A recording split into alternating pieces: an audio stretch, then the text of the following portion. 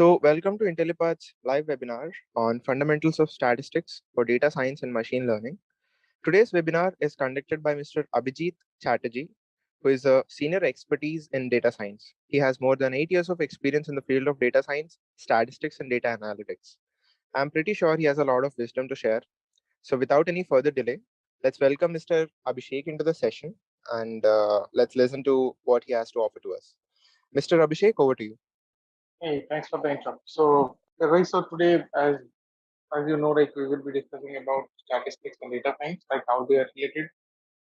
Why do we need statistics in data science? How things work, those kind of things.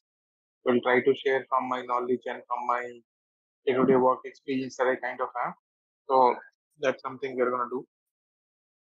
So we won't delay it further. Maybe we will get started. We want to. So what we're gonna do is we are going to understand how is statistics used in machine learning, right? Or is it data science? Or maybe even before that, we would like to understand what is machine learning, what is data science, what are different things, correct? So how does data industry work? Why do we have all these things? We will start from there. Slowly we will move back towards machine learning and data science, how they are, what is the difference, why do we use, and those kind of things, and required uh, things and tools to learn those kind of things. What are some general kind of work that you might expect on your day-to-day basis? Those kind of things we will discuss, and then we will see a bit of statistical theories and stuff. So to start with, there are three terms you might be hearing in nowadays. One of them is called machine learning. I will write ML. Okay. Another one of them you are hearing data science. I will write DS for that. And there is something called AI. There is also something called deep learning, or I will write deep learning. Right? These are three, four things you are hearing a lot of. You're hearing a lot of times these days. So we would try to take a dig into it, and we will try to understand what are all these things and how the statistics comes into picture for all of it. So let's start with data science, okay? Because this is something which is making the most of the phase. So data science is basically, as the name suggests, it's basically applying scientific techniques on data, right? So normally what happens is when any organization goes and tries to build a data science project, it doesn't come alone, right? So normally a data cycle and data industry is divided into three major chunks of projects. Okay, first one is data engineering. Okay, second one is data analysis, and then comes data science. Okay, or after this some ML, AI, deep learning, whatever you do based on your use case. That's how these things come up. Okay. So what is data engineering? When the data hits any out, right? Like, so what happens is data is not something which is already there, right? So the data needs to be collected from somewhere. So depends on the company who is working on it. So if a company is building some products or software products or hardware products, whatever it might be, so what can happen is those products will be sold to someone, some customers. They will start generating data from those their usage patterns, their device health, right? Which version of software they're using, those kind of things, like how we use for Windows, correct? If you think about, we are using Windows OS and we keep on getting updates, correct? So our machine keeps on continually send some kind of telemetry data or some kind of status data back to Microsoft, right? So that's where the data industry starts from, collecting data from different sources. That's where data engineering folks come into picture. After that comes, once the data has arrived in your org, you did some kind of processing. So these guys, they won't do much of analysis and stuff. What they will do, they will be expertise in gathering data from different sources and storing them in a centralized location so that taking care of the access needs, like so that everyone has required access levels or doesn't really violate their own quota of access. So someone might be we might be able to see two tables in 10 table database simply. So that's what data engineering does. Then comes data analyst. Okay, this is when the data is cleaned, pruned, creamed, and stored in a data lake or in a data warehouse or in normal transactional databases, whatever the choice of tool might be. It can be NoSQL data as well based on the data type that we are dealing with, right? So these guys they try to do some kind of uh, pattern from the data, or they try to figure out what is the pattern in the data, or what is the, or they will try to figure out some answers. Maybe keep it to that. So how is this device performing? Okay, what is the number of users that is using this device? Correct. Let's say if we have 5 devices being sold, let's take a consideration of the Alexas or something, right? Alexa, those kind of devices, then how many users are using that? Okay, what is the most used activity in Alexa? Correct. Those kind of things are involved with the data analyst job. Okay, so they will mostly be equipped with tools and techs to understand the data. Okay, to torment the data. Now there are different data storages that is available. It can be SQL, it can be NoSQL, but since SQL is the oldest one, we still kind of have a bit heavy dose of SQL in industry. So data analysts, the primary skill set or the major skill set that they should have is SQL. Along with that, some programming language like Python, Java. I mean, it's good to have.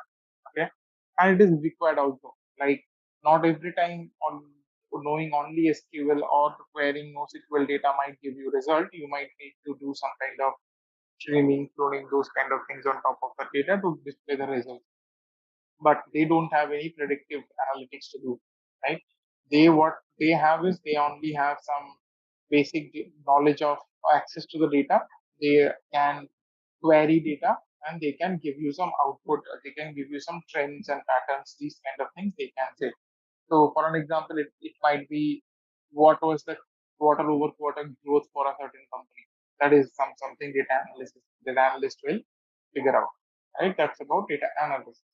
Now comes data science. Okay.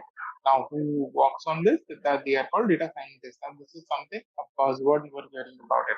So what is that? Let's try to understand and let's try to see what is different. What is the difference between engineering or analysis and scientists? Okay. So data scientists will try to, I mean, as analysts were trying to answer some basic questions out of the data by writing some SQLs or by writing some programming scripts and stuff. Now, here is a bit twist that these data scientists have to do. They have to do some kind of predictive analytics, or they need to figure out the hidden pattern in the data by using different measures, different tools and techs to see how we can improve the predictability of our solution. So, for an example, if we consider about a house price prediction data set, which is, again, we could have taken any example, but this is a really well-known example and easy data set, so we are taking that. So if we have a house price prediction data set, okay, so in house price prediction data set, we will have number of rooms, okay, the crime rate, square feet area, these kind of things we will have, and then we will have like price. So what they will try to do is this data scientist guy will try to figure out a relation between all these features. That is what we call them in data science and machine learning. The columns gets called as features. So these columns, the independent ones, are called features. So these are features or independent variables. And these guy, the one that depends on them is called dependent variable. Simple. That's pretty much about it, right? So they try to see what kind of relation all these features have with the dependent variable or the target column or the label, correct? So they try to unearth pattern that is hidden between data. And so why do they do that? What is the necessity for that? so that we can give a predictive output, or we can do a prediction based on top of our data set. So, for an example, let's say if we have 10 rooms, prime rate is 0, okay, square feet area is 100, our price might be 400. Okay. Now, based on that, if we can figure out what is the relation between them, okay, how the data is linked to each other, what is the relation between those features and the price, we might tomorrow morning we might try to figure out if there are 12 rooms, crime rate is 0.1, square feet area is 1000, then what might be the house price, correct? Those things we can try to do, right? So that is the job of data scientists. So they try to figure out, they try to unearth relation in hidden relation in data. Now, this is not something which is which started right now, right? This is a older. This is pretty. This goes pretty back in the time. Yeah. So this working with data. Yeah. So working with data started pretty. I almost in 50, 60s, that kind of time. These guys started. Maybe it dates even back to it also, right? So that time what happened is guys used to started using data and used to started figuring out this relation between them. Now, how do we deal with data, correct? So which branch of study which branch of study makes us capable of dealing with data? That branch is called statistics. What is statistics? Applied mathematics, correct? So basically, what we are trying to say is now all scientific tools and techniques that is present, everything some way or the other derived from mathematics, correct? Now, when we have to work with data, okay, now how can you figure out relation between two variables, correct? How can you figure out relation between them? There must be some mathematical quantity behind them, right? Like if A increases, B will increase, right? If height increases, weight also increase, right? Those kind of things start. Uh, those kind of things starts on as those kind of things you can only figure out, okay, if you go and try to understand that okay, if A is increasing, B is also increasing. If A is decreasing, B is also decreasing. These kind of things, if you remember, we learned in mathematics, right? Now, uh, now, now, mathematics is something which is theoretical, right? I mean, yes, you solve math problem, you solve everything. We kind of think about yes, math is practical language, but the problem is it's not like physics that you can do an experimental proof, right? You can do an a lab, like let's say in biology when we used to learn about their human anatomy, we could have understood the human anatomy by inspecting something, correct? But that's not the case with maths. So maths is something which is theoretical till now. Okay. But if you try to apply math on some domains, like let's say if you want to apply maths on data domain, that becomes statistics. Okay. So when you work with data, the branch of mathematics that you use to do that is called statistics. If you want to go ahead and start doing the same thing for money, that is called accountancy or economics, right? So this is how, and when you apply maths on matter, it becomes physics, right? So that is how it differs. So statistics is basically applied mathematics on data, nothing else. Yeah. So as you see, if we could have used statistics to formulate relationship between data, then statistics is not something which generated just a day back or 2 days back, right? It's there since a long, long time. So why is this like suddenly we are having so much praise about data and all? So basically, what happened is now the statisticians has different techniques, tools, and different kind of stuff to understand or to inspect data sets and everything. Those things were there, but the problem was the statistical analysis thing used to take huge amount of time. Now the data sets were specifically larger in compared to your personal your manual computing capability, correct?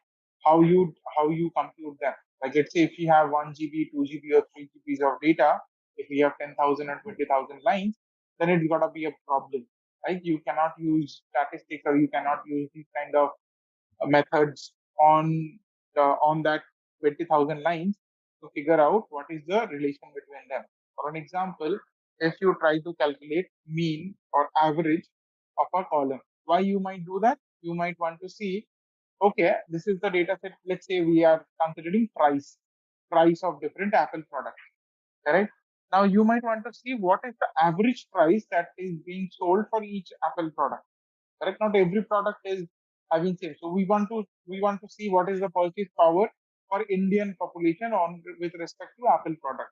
What should be the ideal range of price we should keep there? So we might try to take a mean of the data. So for all airports being sold, if airports is a category, we will try to see what is the median of it, correct? What is the median value of the airport being sold, and we can generalize that. Okay, this is the average pricing of airports that is happening. Okay. Now think about this. If you start applying it to big orgs, big MNCs and stuff, then the data volume starts getting increased in an exponential manner, and you don't have the tools on your hand to do it manually. Okay. Now in 1960s, 70s, those kind of times, you didn't had a hardware or you didn't had cost-effective hardware which could have done that as well.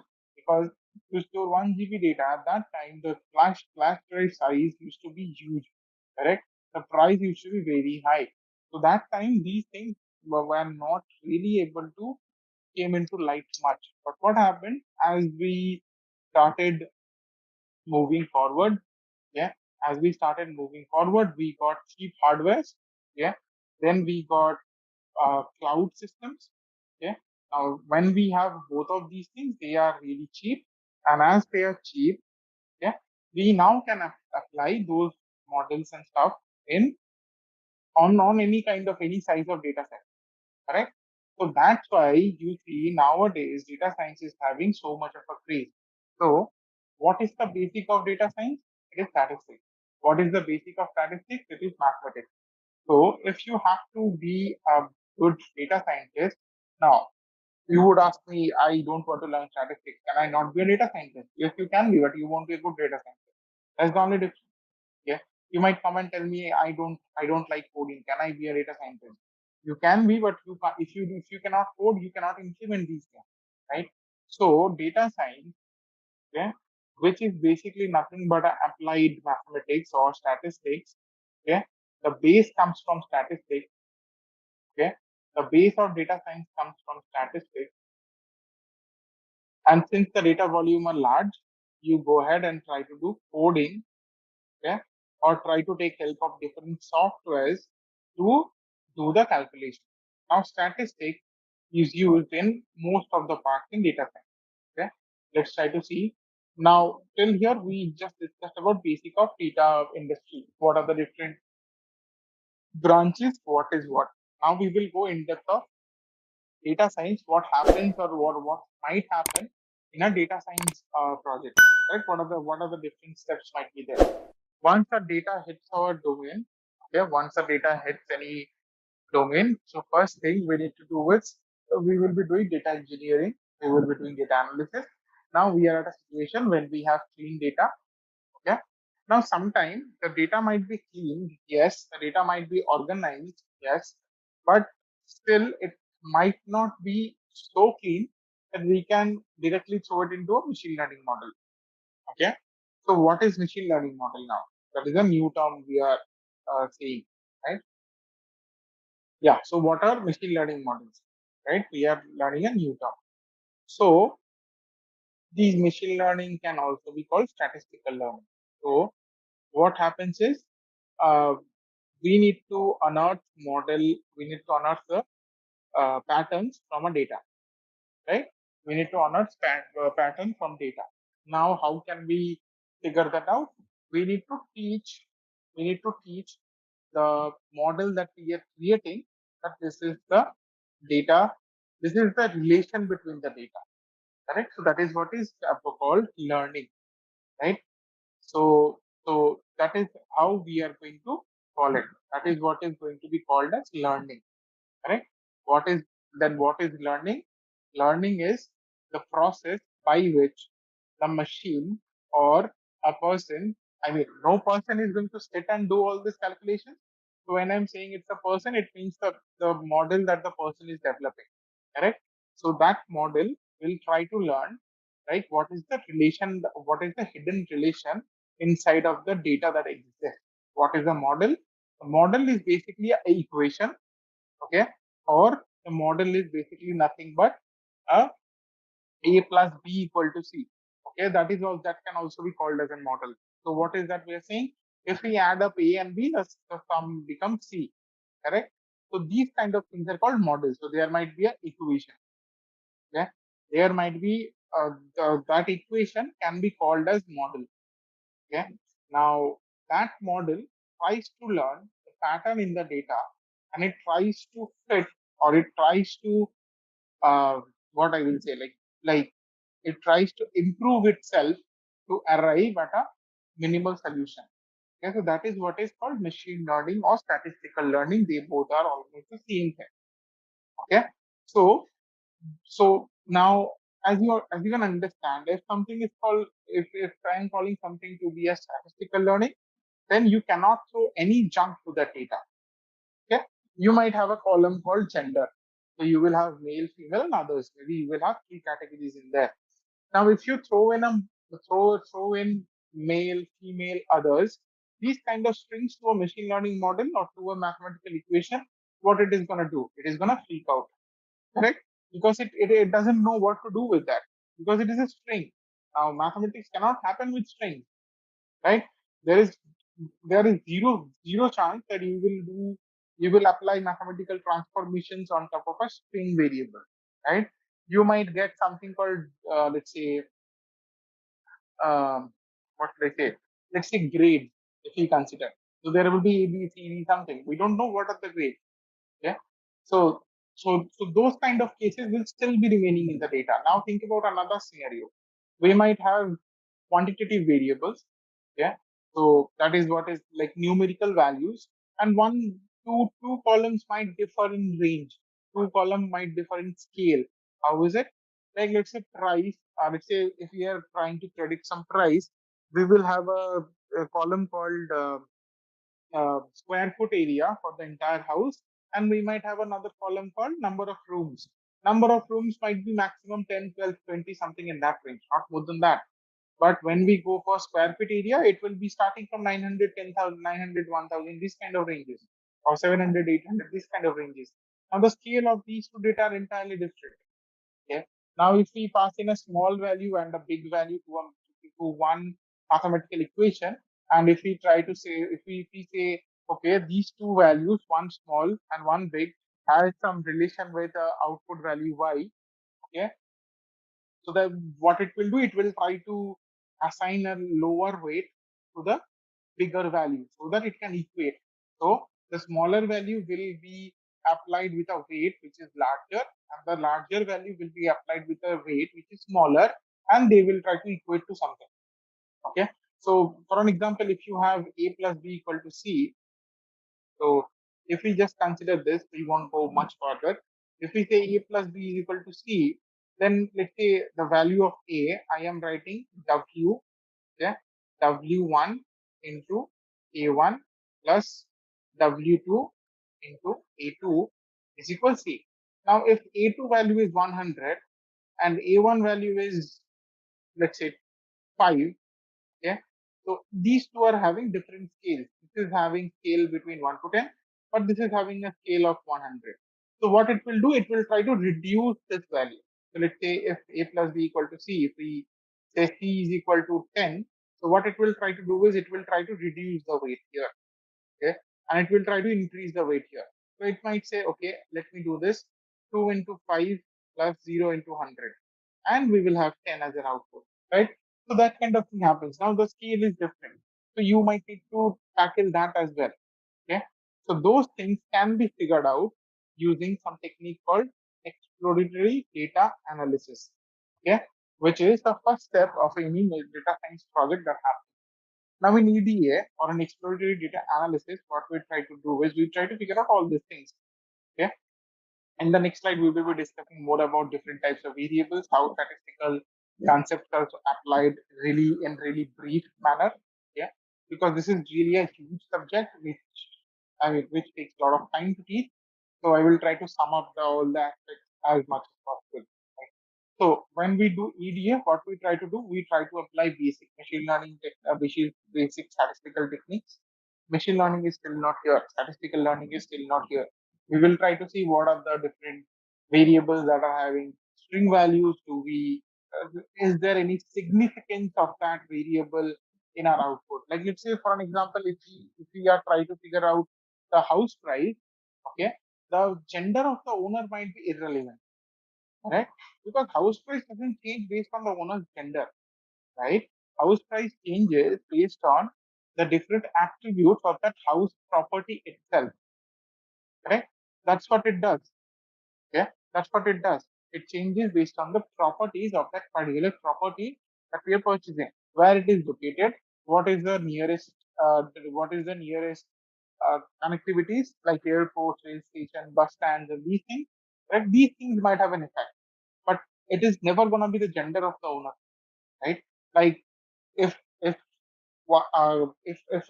a male and a female is going to buy the same property, they might be paying the same price.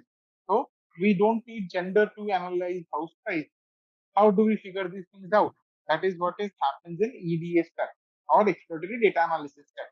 Or there might be some outliers. So what are outliers? They are out of range data. What are out of range data? For an example, um, there might be some anomalies in a data set. So in the house price, let's say most of the data that we gathered, okay, we we got the data for uh, crime rate. Okay, there might be most of the cases, most of the areas will have a low crime rate. Some of them might have a very high crime rate. Now that can happen due to different reasons. I am not going into that much of detail, but where it is where the data is not alike to most of the data that is already present in the system, those are called outliers. Yeah. So those things can also need to be figured out because otherwise outlier is going to negatively affect the data. Why? Again, the same thing because it will try to pull it down. It will try to pull that variable down because there are a lot of outliers. So do we need to remove them or not? And those kind of things. How do we remove and not? Those kind of things. Do we need to input missing values or not? So if let's say if we have 5,000 rows and 1,000 rows doesn't have any value, like the surveys you fill out, you most often we do not carefully fill out the surveys. We leave some blanks also in there, but the blanks doesn't really help anybody, right? So those kind of cases, what happens is we need to fill out the missing value. There are different techniques to do that. We are not going into that, but that is also be done in the EDA phase. So here there is a massive usage of statistics. Or the scale thing that I told you. How would you understand from a 1 GB file?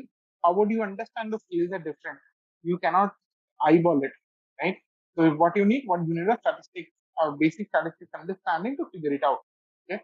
So all these things happens in EDA phase, right? Then comes feature extraction and elimination. Or so what happens is you will get 10, 12 features, 10, 12 columns of a data set. You will be really pumped to do machine learning, but sometimes what might happen, there are some features which are some features will be there in the data set which are really the same. So if one increases, another one also increases. Yeah. And both of them input the output variable similarly. Yeah. These kind of features are called tightly correlated features. Yeah. You might need to eliminate them. Okay, you might need to eliminate some things, some features which are not helping your machine learning model, where the weight is really low. Those kind of things might happen, right? So there are different techniques for extracting features or eliminating features. That is also used, and that is also there is also statistics involved, and a high dose of statistics is there. Yeah. After you do all these things, you have a proper data set which doesn't have any missing values, which doesn't have any outliers, or even if it has to a minimum level. Okay, you know what are the features and what are the features you will need. Okay, you understood. Okay, these two features. Let's say if we say height, weight, and BMI. If we have three columns, right? So from height and weight, we can calculate anyone's BMI if we have age available, right? If age is also available, then BMI is useless there, because BMI will be highly correlated with height and weight, because height, weight, and age, these three things comes into picture to calculate BMI for someone, right? So those kind of scenarios you might not need that feature. Or in another way, if you are trying to figure out what is the chance that the person will get diabetic or not, BMI plays an important role in there, right? So you might not need to have height and weight separately when you already have BMI. Why? Because BMI is something which is calculated from height and weight. So BMI, keeping all three columns together doesn't really make sense. You can keep one column in there, okay, which will serve your purpose. So this process is called feature extraction and elimination. Now, how do you know that we should not be keeping this or we should not be keeping that? Statistical tools and techniques. Okay, there are different algorithms, there are different formulas, there are different proven statistical methods that will help you to do that. Okay. After you did all this, you will come to the models or machine learning. You will come to machine learning models. So now you will try to figure out what is the pattern in your data, right? Because if you try to do machine learning even one bit further than this, so if you even if you try to get this one step further than this, then also you will get an error, right? You will get an error. Why? Because your data is not clean. You might have some string data available, and you are trying to figure out what is the pattern behind the data. You will end up being misled. Yeah, by you will be misled by those machine learning algorithms and stuff. Yeah, so these are different kind of use cases. Now, after these are done, there is also scope of statistics, but due to time constraint, I am not discussing further. But to generalize in a very basic manner, they are data science. We use statistics, like entire data science is standing on top of statistics, right? Now in statistics, we will have different rules, we will have different algorithms that you need to know, different formulas, their generation, what kind of data you use, how they work, and all these things are there in statistics. Okay. We Once you start learning statistics, you will get a hang of it, right? So that is how important statistics is on top of data science, right? Now, why mathematics? Because mathematics is derived from statistics, simple, correct? Statistics is derived from mathematics. So, if you need to follow statistical technique, you will need to know some mathematical notations also. So, if I just sum it up in from mathematical standpoint, so from mathematical standpoint, you might need to know these things to get a better understanding of statistical, entire machine learning and data science workflow, right? So you might need to know linear algebra.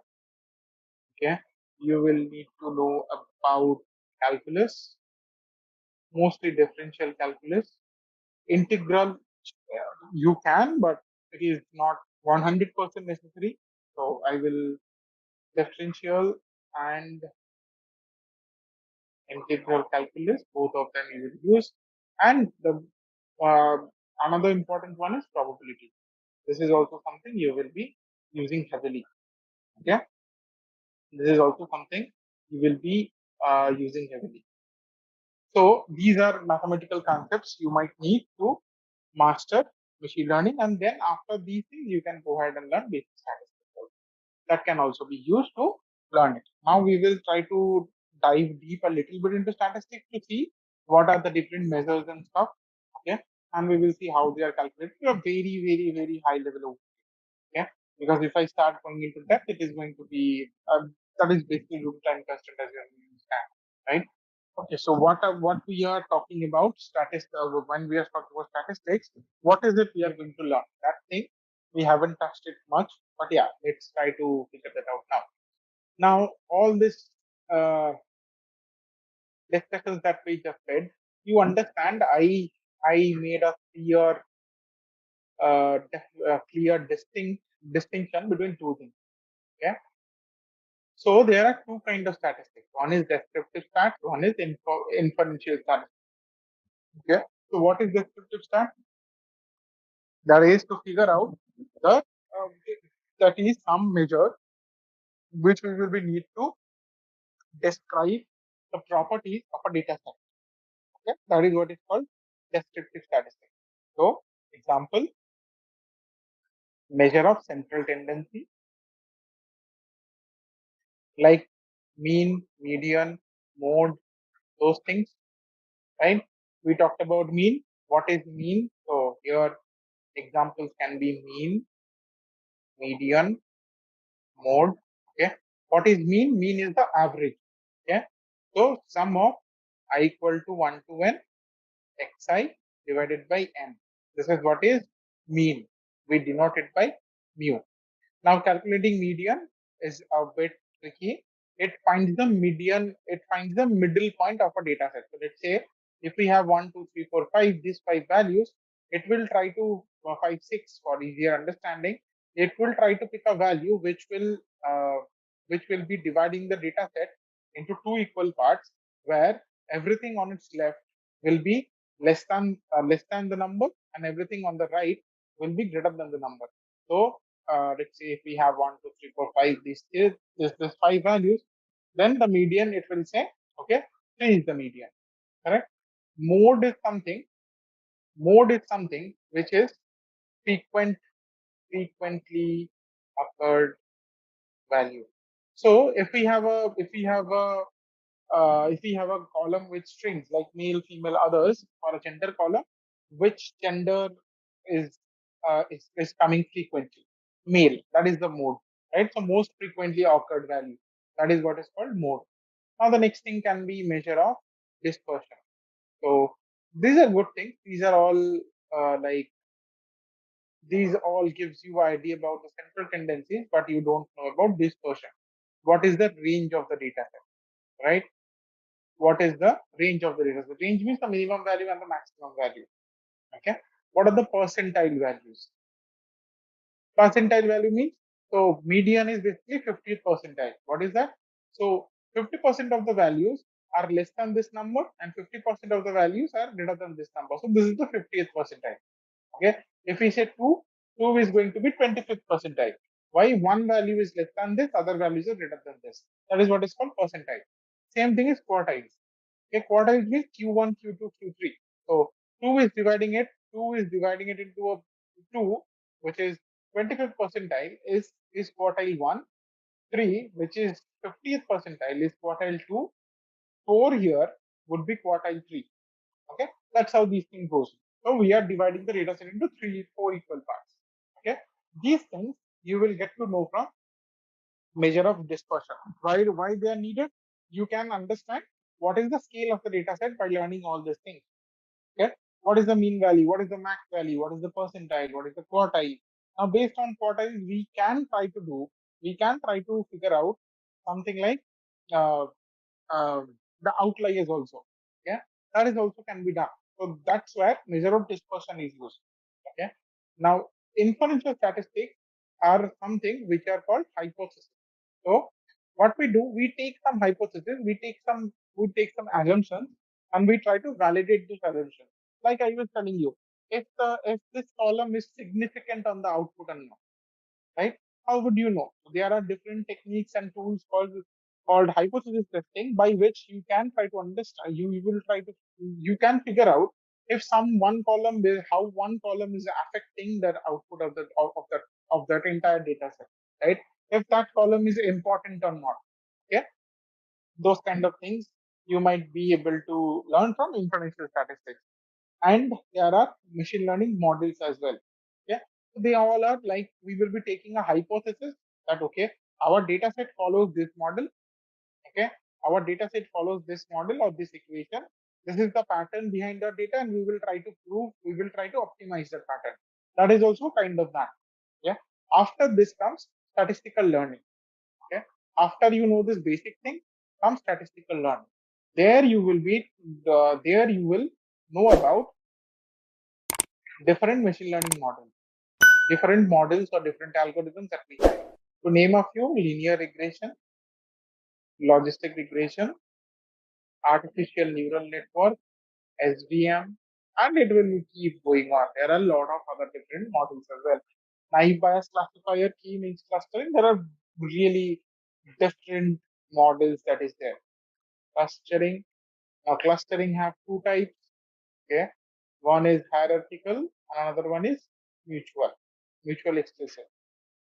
So these are like really there are a whole lot of algorithms. Like I probably cannot name all of them sitting here. Okay, so this is how these things work. Okay, so these are all different things about statistics that is there, and these are all things like if you understood about the discussion that we just had, okay, you will try to map things out. Okay, you will be able to map this out into what we discussed. Okay, for each and every category that I told is just an basic example. There are many things that I haven't wrote. Okay, like here in in this descriptive statistics we covered what mean median mode. So yeah, in here, one second. In mean median mode, now I wrote three things, but there are different kind of means alone. Like means have really different kind of values. Arithmetic mean, okay, geometric mean, okay, harmonic mean, and there is a whole bunch of stuff. Weighted mean. There are whole lot of stuff. So I haven't really wrote everything. Now in measure of dispersion, I kind of missed two things. There is something called standard deviation also. Standard deviation, variance, these things also I left. Now in this there is something called correlation as well. Correlation is how two values are related. Okay, what is the relation between two values? Okay, that is what is correlation. So there are a lot of things that it spans up to. Now I might not be able to cover everything right now. Okay, but yeah, there are a lot of things like that. But this is a very basic platform that you might need to start with statistics because to understand what are the things that we will be reading and why should we read it and how is that applied. That is the most important thing to understand, right? So that is what about it. Now if I go a little bit depth into it, then there is something called sampling theory in statistics. Okay, this is something we will finish the class with. So sampling theory is very basic thing in statistics. Okay, so what we try to do, we try to estimate we try to estimate uh, we try to estimate or inspect a small group of people, and we try to see how it if that works for a larger group of people. Like what happened with your uh, what happened with your this thing, COVID vaccines, right? It was launched in phases. Not everyone got at the very first time, correct? It was launched in different phases, right? So those kind of things are called sampling. So they take a small representative data set from a large data set, try to fit the model and see what is it. So what we are trying to do, why we are learning that, why we are talking about that.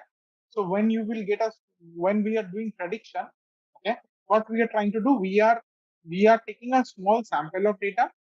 We are trying to figure out the pattern that is there in that sample, and we are trying to calculate it for the larger population, right? So that is what is